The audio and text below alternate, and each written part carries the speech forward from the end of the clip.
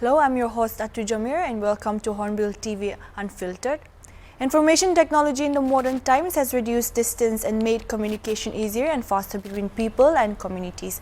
It has also become a medium for business to thrive, a tool for education and a platform for networking through which families, friends and colleagues can stay in touch. However, information technology has also impacted people and society in negative ways. Cybercrime is a modern problem which is one of the world's biggest problems in the field of information technology. The issue rang from financial fraud to identity theft to illegal business dealing to bullying and virtual violence, which continue to be a challenge for individuals, communities and law enforcement authorities alike. For Hornbill TV's Unfiltered, we have IPS Bharat Lakshman Markad, who is also the Deputy Commissioner of Police Crime, who will be telling us more about the challenges from information technology and what the authorities are doing in this context in Nagaland. So thank you so much, sir, for joining us today. Thank you for having me. So moving forward with the conversation, my first question would be, since we're talking about cybercrime today, like how would you define cybercrime, like just for our viewers to understand more on that, sir? See, as you mentioned already, it ranges from financial frauds to identity theft. There is no specific definition to cybercrime. However, there is something called Budapest Convention and Commonwealth Model Law. So, I will try to loosely define the cybercrime as these are those offences which are committed against computers, computer systems, computer data storage, networks, service providers, etc. Yes, sir. So, basically this concept will have the offences which are cyber dependent of crimes, and there is something called cyber enabled crimes. Okay. So, cyber dependent crimes basically will be those crimes which are purely cyber in nature. For example, hacking, use of viruses, malwares, ransomware. So, these will be pure cyber crimes. These are called cyber dependent crimes. And we got another category which are cyber enabled crimes. Basically, these are old traditional crimes whose outreach and whose scope and scale can be increased with the use of ICT, especially banking frauds, Yes, sir. theft. So, these will be the cyber enabled crimes. Yeah. Okay, sir. So, could you please tell us what is the most common cyber crimes that's reported in Nagaland, that was reported in Nagaland, sir? If you see in Nagaland, if I talk about the context of Dimapur, Yes, sir. last year, that is 2020, we registered only 8 cyber crime cases, and this year till today we registered 4 cyber crime cases. However, this I believe it's under reporting. Yes, sir. So, very few cases goes reported. The main cases which are in Nagaland are basically fake news, identity theft, and the most important majority of crimes are crime against women and children. Yes, sir. Yeah, these are the 3-4 main crimes which are registered. However, there are many crimes which goes unregistered. So when you talk about crime against women, when it comes to a cyber crime context, and Yes. could you please elaborate more on that, sir? See, we have seen cases where sexual exploitation of children, or in Nagaland context, general modus operandi is you take the photograph of somebody from Instagram or Facebook, then they will morph it and they will put some obscene comments on it, and they will make it viral across the groups, damaging the reputation of the person and causing mental agony, and of course then harming the reputation also. Yes, sir. So, this is one of the major area of crimes in Nagaland per se. If you see overall in the Indian context, of course it can be spreading of pornographic material or obscene material, but that we have not come across in case of Nagaland. So I think I think it was this year, in the starting of this year, there was again a video, if you're aware of about it, like where a video went viral of, I think it was in Kohima or something. So do you have any updates on that as well, sir? No, any specific video you Yes, sir. are There was a video where there was a couple in a very compromising position and it went viral. So when it comes to videos like that going viral, how can that be, reported and things like that, sir? I think it's a really very good question you asked. many times when such incident happen and video goes viral, so many people, because they feel ashamed, they feel afraid, so they don't come forward, but that doesn't help them and society in general. Yes, sir. So for this purpose, to maintain the anonymity also, Ministry of Home Affairs, Government of India has come up with the portal. It's called National Crime Reporting Portal, or it's a website cybercrime.gov.in, or also their Twitter handle. It's called CyberDost. So you can just, in either of the platform, you can register your complaint. So it will be automatically taken as FIR. From there it will be given to the respective state and police station, so that you don't have to worry. Yes, sir. Anonymously also you can give complaint. Apart from that, in case of Nagaland, we got one cyber police station in Kohima, and in case of Dimapur also we got a specialized cyber cell. Yes. So you can definitely call police, and even if you are afraid, if you don't want to reveal your identity, you can definitely go to National Cyber Crime Reporting Portal and register your complaint. So do you also think all these crimes, they don't go reported because we don't give much importance to cybercrime? So we just think it's just a little issue. Do you think it's because of that, or mostly, as you mentioned, is it because people are ashamed? What would you say, sir? I think the question you ask, it has multiple dimensions to it. The few of the reasons for underreporting of the crimes could be, as you correctly mentioned, many of the people initially they think it's a very negligent amount of the loss they have if it is a banking fraud, and many times we think if you go to police or if you go to media, so your name will be spoiled, so you want to curb it under the carpet. Or in other instances, as I mentioned, many people, they are really not aware where to report and how to report. And when it comes to the big organizations or institutions, they desist from reporting crimes because they think it may affect their reputation. So I think these are the broad categories of the reasons why it may go underreported. So do you also think the crime rates have increased over the years, sir? This is very interesting. If you see, recently we had COVID-19 pandemic in the country. And all over the India, there is the agency called National Crime Records Bureau. Yes, sir. It is responsible for maintaining the database of all the crimes and analyzing it. So it has come up with the latest data of 2020. If you go through the data, you can see all the traditional crimes. The rates have gone down because of lockdowns and other measures. The only crime, apart from, of course, offences related to wearing of mask and others, has gone up is cybercrime. Yes, sir.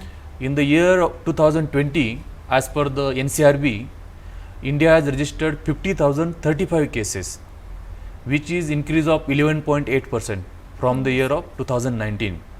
So if you make it mathematically, it can be around, in 2019 there were 3.3 cases registered against 1 lakh population, Yes, sir. which has gone up to 3.7 cybercrime cases against 1 lakh population. So you can see it is increasing very rapidly. And if I can add, it's very interesting. People may think cyber crimes are happening mostly in Delhi, Mumbai, Hyderabad, big metros, Yes, sir. but that's not true. Actually, nowadays cyber crimes are happening more. If you see this increase of 11.8%, it's mostly second, 2-tier cities or smaller states. If you see all major 20 metros of the country, Yes, sir. cyber crime has gone up only by 0.8%. And whereas all the bulk of the increase in the reporting of cases has come from the smaller states and smaller metros. So I think that is really a worrisome trend, that it shows it is going to the peripheries and Yes, to our rural areas and smaller cities. So also when it comes to the state of Nagaland, since you have been there in different districts also, so which has the most registered cyber crimes, sir? Do you have any idea on that, sir? Of course, as I said, Dimapur being a hub. bigger city or hub, this not so happy ranking goes to Dimapur. So yeah, that's the case of Nagaland. And also, so when it comes to as Nagas being involved in cyber crimes, then which is the most common crime, sir? Actually, now if you see, Nagas are involved, so it may be two sides to it. You may think there are where Naga or people or youngsters are involved as accused, or where our population is involved as victim. Yes, sir. So if you see, there is something called mule account. It's a concept where actually people who do financial frauds, banking frauds, or even people associated with terrorism also, they don't deposit money in their own accounts. Okay. For that, they have something like mule accounts. They will deposit in the accounts which are not their own. And some very worrisome trend in Nagaland, not only in Dimapur, even interior district, is that many of our villagers or innocent people also, what they will do, they will open bank accounts, and then nowadays it's very easy to open a bank account. So after opening the bank accounts, they will sell their accounts along with the ATM cards, debit cards and passbook and other this thing, and you will be surprised, it is only for 5,000 or 10,000 rupees they will sell their accounts. Yes, sir. Now what happens, these accounts are used by the criminals from Delhi, or there are some hotbeds, I will come to it later on, like Jamtara and Bharatpur. So these people, they may not be involved in cybercrime actually, but when investigation of cybercrime does come, I really want to tell our people also, you may be charged for money laundering. Even these people are involved in the terrorist activities also. So I think we should not sell our accounts. And I think there are many times we get police from Delhi, Mumbai, UP, Haryana, which come to Nagaland in search of these people. And I think if this goes on, I think many people will be facing the law. So I think we should, my advice is, don't sell your accounts, be responsible, don't give it to anyone, because you will be personally held liable if it is used for illegal purposes. So maybe they are not much aware about the bigger issue that has to do with it. They're just like maybe just selling the account because they're getting that amount, but maybe they don't have much clue or idea about what's actually the bigger picture, right, sir? Exactly, that's what, because people think, okay, I opened the account, mostly it's now for free in India, and then I'm getting 5,000 rupees. And once they hand over everything, passbook and ATM cards, they're not aware, but same accounts are used for terrorism, to arms smuggling, to drugs, to even online frauds. I think you are very correct. Most of them are innocent. They don't know what purpose their accounts are used, but they are equally complicit and they are liable for the punishment. True, sir. So also we would like to know where that kind of frauds, cases or cyber crimes that Nagas are accused of, not victims of, but then mostly we are involved in. What are the most common ones, sir?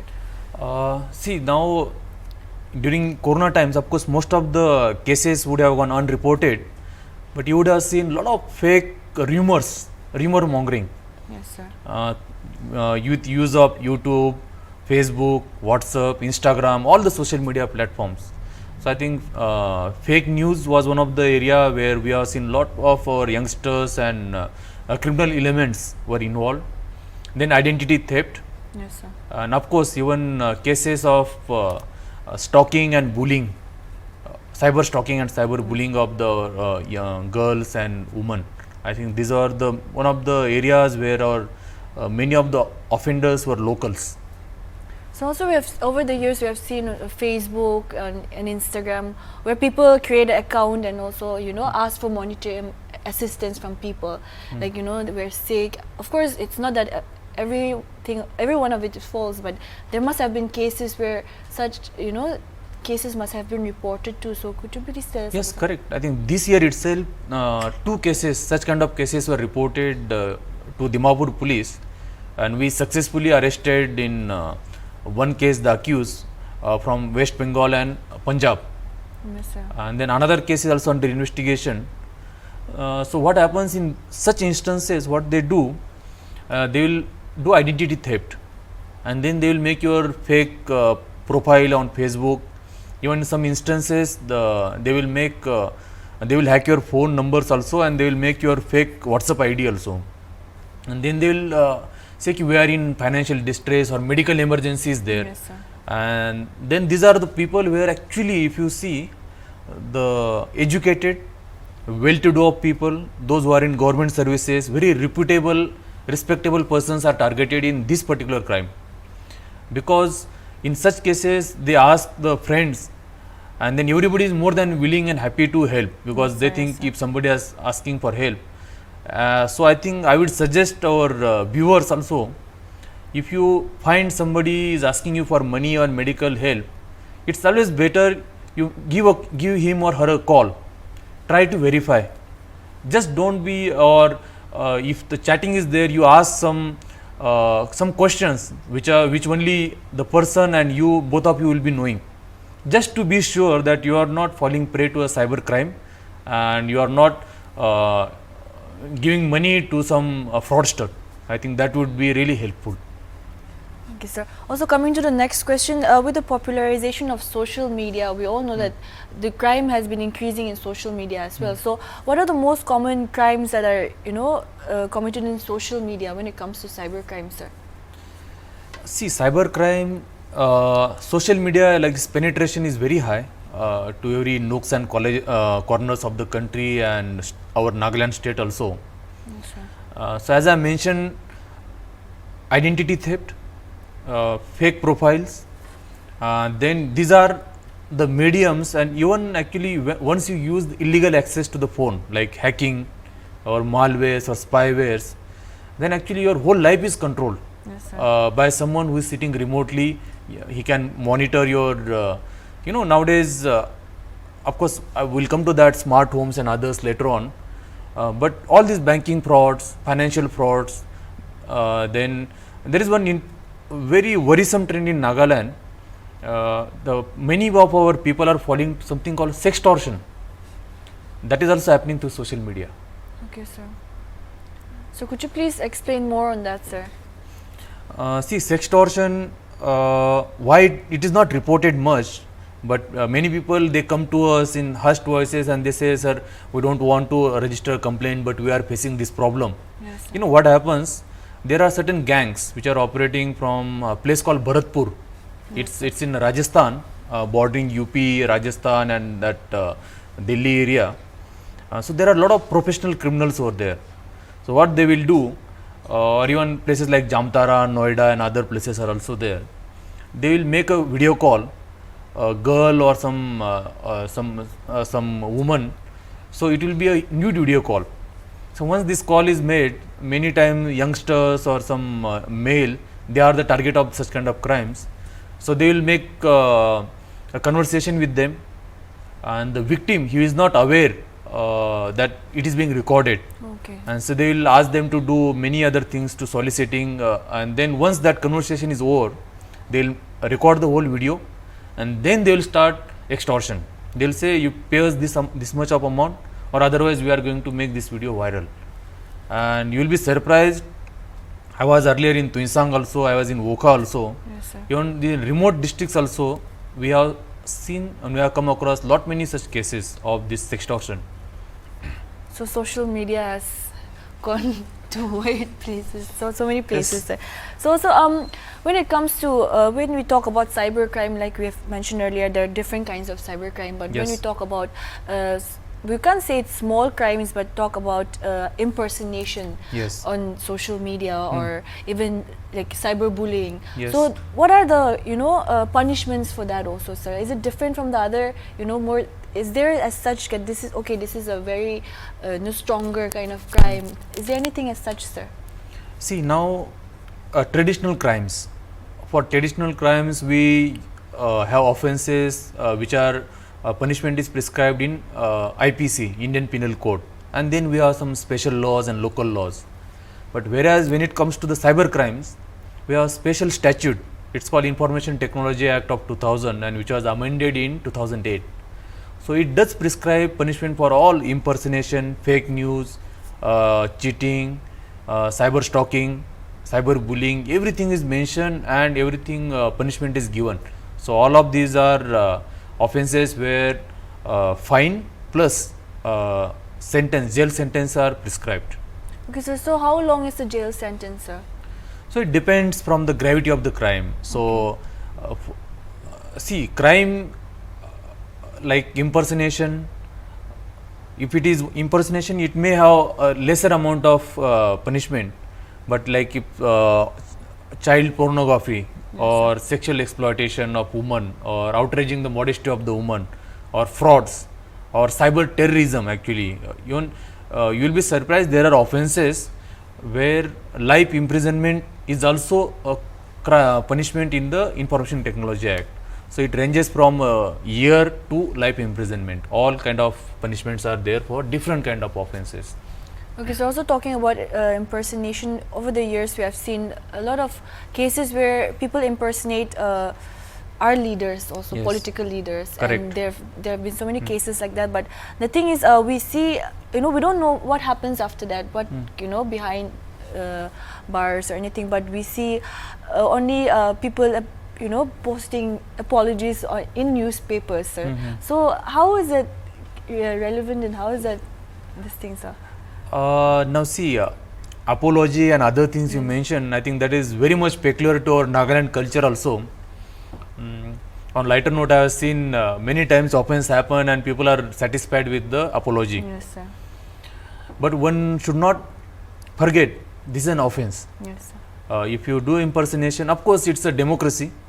In democracy, everybody has right of dissent, right of protest, and bureaucrats or public servant or politicians, these are the public figures. So we may sometimes get criticism. As long as it's a constructive criticism, it's very well accepted. We are in democratic society, but there is a very fine line between criticism which is with constructive mindset and which is with the malicious mindset. Yes, sir. So I think many people lose this balance and they forget the boundaries, and as you have mentioned, then they go into the areas which are illegal and which is definitely punishable under the law. So apology, there is nothing called apology as far as law is concerned, Yes, sir. but of course that's how some of the times it is settled in our state. Yes. So talking about cybercrime and talking about social media, cyberbullying is again one of the most, I think, committed crime, and with the increase in use of social media, and also under which this thing, how can that be punished, sir? Cyberbullying, isn't it a punishable offense? Yes, very much. It is a punishable offense. If you have seen recently after COVID, lot of students, it's online classes we are going. Yes, So sir. online coaching. So there are so many apps where video calls are made and this online classrooms are there. And many times we are not very much aware of the settings, privacy settings. So many a times our youngsters, especially kids, Yes, sir. they fall prey to this cyberbullying, and they being younger, and many times the parents are from rural areas or from not so much educated background. So by the time you understand it's cyberbullying, it may have already reached a serious dimension also. So I would advise everyone, if you come across anything, if you think this is not this is actually irritating you, this is bothering you, you should immediately go and report to the police, or otherwise you should report, like for example in Facebook and Instagram and WhatsApp, there are features where you can report such kind of content. Yes, sir. And for actually, if you in such kind of cases, investigation is also very difficult. So whenever you find some cyberbullying is happening to you, or something is circulated about somebody, we should actually always take a screenshot of such content. One should take screenshot. If possible, you should actually take URL of that particular page, so that it can be so that we can go and reach the accused. And it's very much possible accused may be sitting within the state or within the country or outside the country. We have sophisticated technologies and we have sufficiently trained manpower. We can catch the culprit. So I think one should come forward and one should report to the social media platform itself, they have the features in the privacy settings, Yes, sir. and you can report to the law enforcement agencies in the state. So, sir, are these kind of cases reported in Nagaland as well? Cyberbullying, were the cases as such that were reported, sir? Of course, I have not come across any such case in Dimapur so far this year, and even in earlier some interior districts also. I think still it goes unreported, I think. So Yes, people sir. may not be very much aware about whether this is an offense or not. Yeah. Okay, so also when we talk about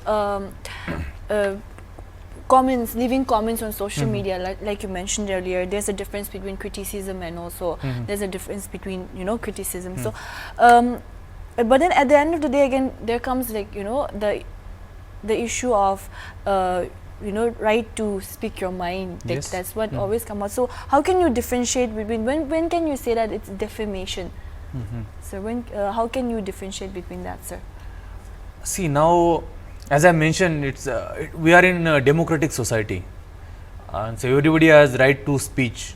Yes, sir. In some democracies, it's valued very much. In some places, people are very much,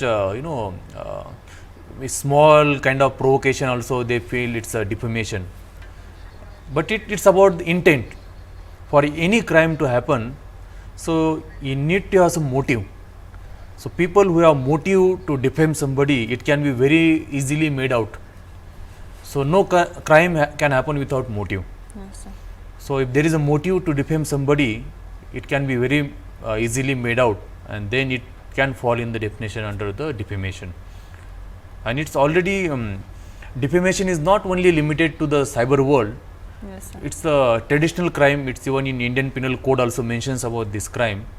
But of course, nowadays with use of social media and the anonymity it gives, there is something term which we are very familiar in Nagaland. It's keyboard warriors. Yes, sir. So many people with fake profiles, they find it very easy to comment anything on anyone, and they think they will go scot free.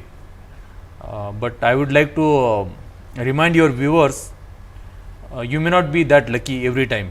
So law will definitely catch you one day. So I think we should respond, and we should behave responsibly on online networks also. But I think this anonymity has given more rise to such kind of Also, yes, so like crimes. you've mentioned, like creating of fake accounts, people actually do create that to leave that comment or things like that. So maybe that over the years it has also become a big issue in the state, not only in the state but all over the world, sir. Yeah, that's very much true.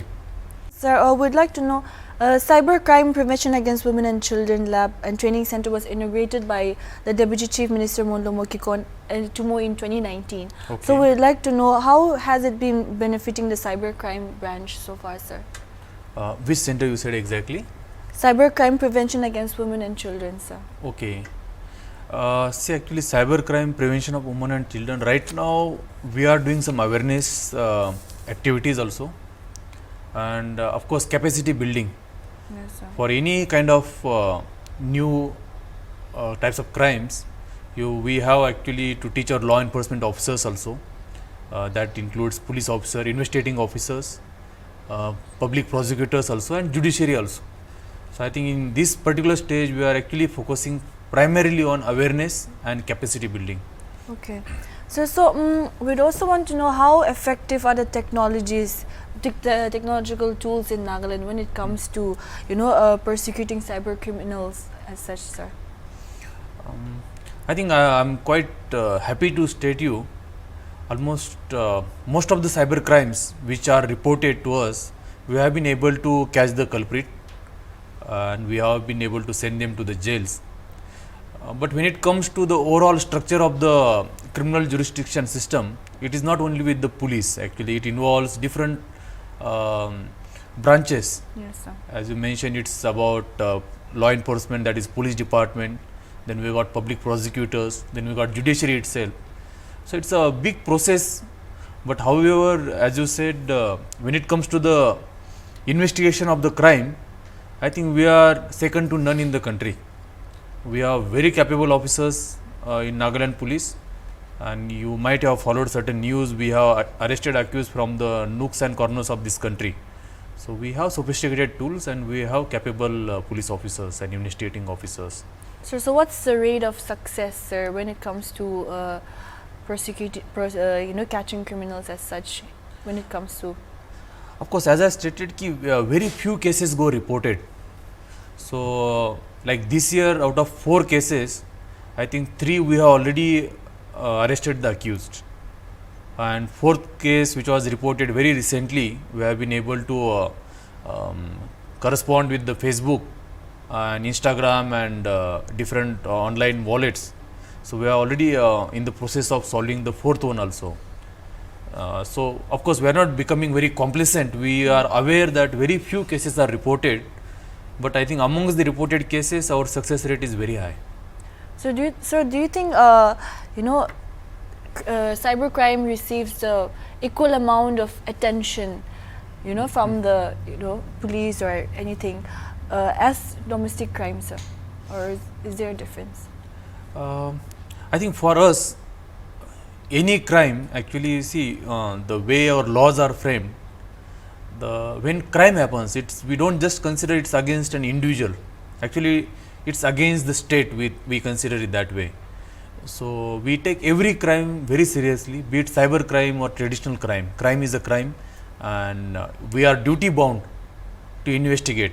If you come to police, we cannot refuse, and we do not refuse any complainant from registering a case. And I think we take every crime equally serious. Okay, sir. So, do the police establishments of all the districts have specially trained units, sir? You see, having a trained unit, specially dedicated cyber police station in every district, it's a Herculean task. It requires a lot of softwares, sophisticated technology, and trained manpower. And then, if you see, the crime rates are very less in Nagaland. So, at the moment in Nagaland, our only Kohima, which has cyber police station, Yes, sir. and when it comes to Dimapur, we have something called Telecom Data Analysis Unit. It is a special cell, cyber cell. But I think over the years, as we progress and move ahead, I think very soon all the districts will have specialized units, I believe. Okay, sir. So, also coming, to the end parts of this conversation, so I would like to know, what could be done to make people more aware about such cyber crimes, or to encourage people to actually come and file a report or things like that. What could be done, sir? Yeah, I think it's a really good question, and we are also trying to find solution to it. But I think some of the few basic steps could be, first we have to understand the psychology of the victims, why they are not willing to register a complaint. So as I mentioned earlier also, many times people think it's a very insignificant amount of loss they have suffered. To this particular point, I would say it may be insignificant to somebody, but it may be very significant to the poorer state of the society if it is a bank fraud. And then if you are not reporting such crimes to the police or to the law enforcement agency, we are actually encouraging such criminals to go unchecked. Yes, sir. So I think we have to see this also in mind. Ki, you are also doing a service to the society. As soon as you notice such kind of activities, if you report to the police, we will able to catch the accused and we may be able to help the victims. So that is one aspect of it. Many a times people think if somebody's video or obscene material is there on internet, and then accused, they try to talk to the victim. You pay us this amount of money, this amount of ransom, and then we'll delete the file. I think this never happens in ideal world, a real world. So I think we should not be very much idealistic about it, because this is just a process where they will keep on extorting money from somebody. So moment I think if such kind of offense has happened, if you don't want to reveal your identity also, we can maintain confidentiality. If you report to the police, we can maintain confidentiality. And of course, there are platforms, as I already mentioned, developed by Minister of Home Affairs, be it CyberSathi or cybercrime.gov.in, where you can register your complaint anonymously. You don't have to go to the police station also. So I think if these aspects are known to the public, then it's very easy. It's very easy to report a cyber crime nowadays. Even if you don't go to the police station physically, you can report a crime. I think maybe people are not aware about these things. Yes, sir. So I think this is also one of the way I want to make awareness, and I think I hope it may help people to know the avenues that they have to register a cyber complaint. Okay, sir. So again, it's just out of the blue question, but with the, like we have mentioned earlier, with the increase in use of social media, there's also a case where I think a lot of youngsters fall prey to, and that's receiving pictures without your consent. Okay. Right. So is it also a punishable offense? Receiving picture Yes. without your consent. Yes, receiving Obscene. obscene pictures. Yes, sir. See, there are different types of obscene content Yes. available on the social media and internet. But when it comes to child pornography, Yes, sir. it is not just somebody who is making video or spreading it is offense.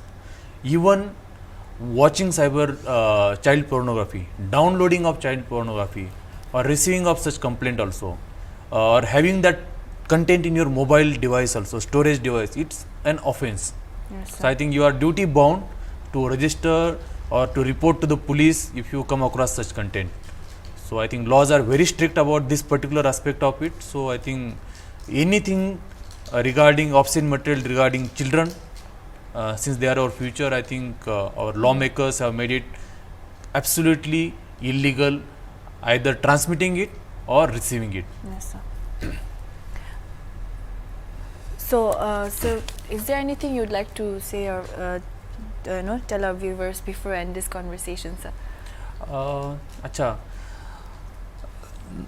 See, now since you have been focused much on social media in our Yes, sir. conversation, the way we maintain our physical hygiene, we all like to dress properly and then have elegant way of lifestyle. I think similarly we can have something called cyber hygiene. So what do I mean by cyber hygiene is when you are on social media platform, don't post very private content about yourself, explicit pictures or some private pictures of yours on social media platforms. It is not secure. Don't accept friend request from unknown person. And don't share your private details like bank details, ATM details with someone with whom you would not do in normal life. If you are meeting somebody person face to face and if you are not comfortable sharing anything with person face to face, then you should not share such kind of information on online medium. And then of course, as I mentioned, if you come across any such obscene material or something, Yes, sir. one should always take screenshot of it, save the URL of it, so that it will help investigating agencies also to fastly arrest the accused. And one very funny trend nowadays is we are very happy to upload our vacation photos, Yes. our travel plans. We'll declare it on our Instagrams or maybe Facebook that I'm going to XYZ location at this time. And this is ideal opportunity for the thieves, criminals. They are just waiting. Oh, acha, you are not there at home at this particular time, and it's open invitation. So I would request one should never divulge and upload such kind of content when you are going on vacation or what are the timings. So I think these are the maybe just some of the suggestions I can make to the viewers. If you maintain such kind of cyber hygiene, I think you can protect yourselves and your loved ones from the cyber criminals. Okay, also before we end with this conversation, sir, like you mentioned earlier about bank frauds where people from remote places are also fall prey to or victims to.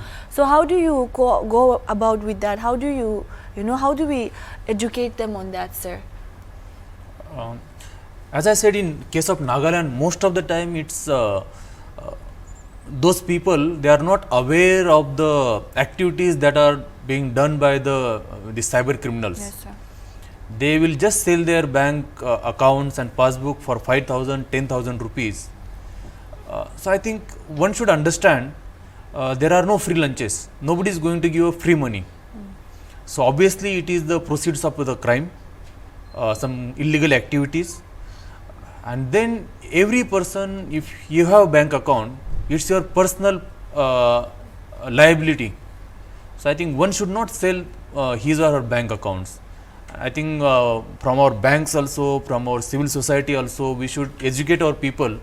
And because when such crime happens, those villagers and those innocent people, they may not be aware of the crime activities, but they can be booked for money laundering or for any kind of bank frauds. They are liable for punishment. So I think that is it.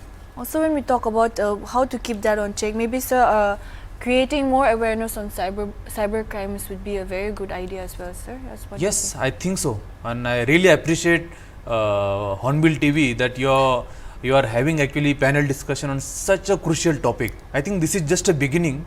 Yes, sir. We may have more elaborated discussions also Yes, sir. through social, through our television channels also, through print media also. But of course, we do need a lot of awareness about this issue. Public needs, many times they don't know what constitutes cyber crime, how to report about it. I hope our program today, our discussion may help our viewers Yes, sir. regarding Yes, this. sir. So thank you so much, sir, for joining us today once again, and I'm pretty sure that the conversation was very fruitful and very much educative for our viewers, and I'm very hopeful that our viewers are now more informed about what cyber crime is actually about, and also, you know, the amount of cyber crime that's increasing, or, you know, the rate of cyber crime that's in our state as well. So thank you so much, sir, for joining us once Thank you again. for having me. Okay. So that will be all for our today's Unfiltered talk show. Every week we come up with interesting topics as such, so keep watching Hornbill TV.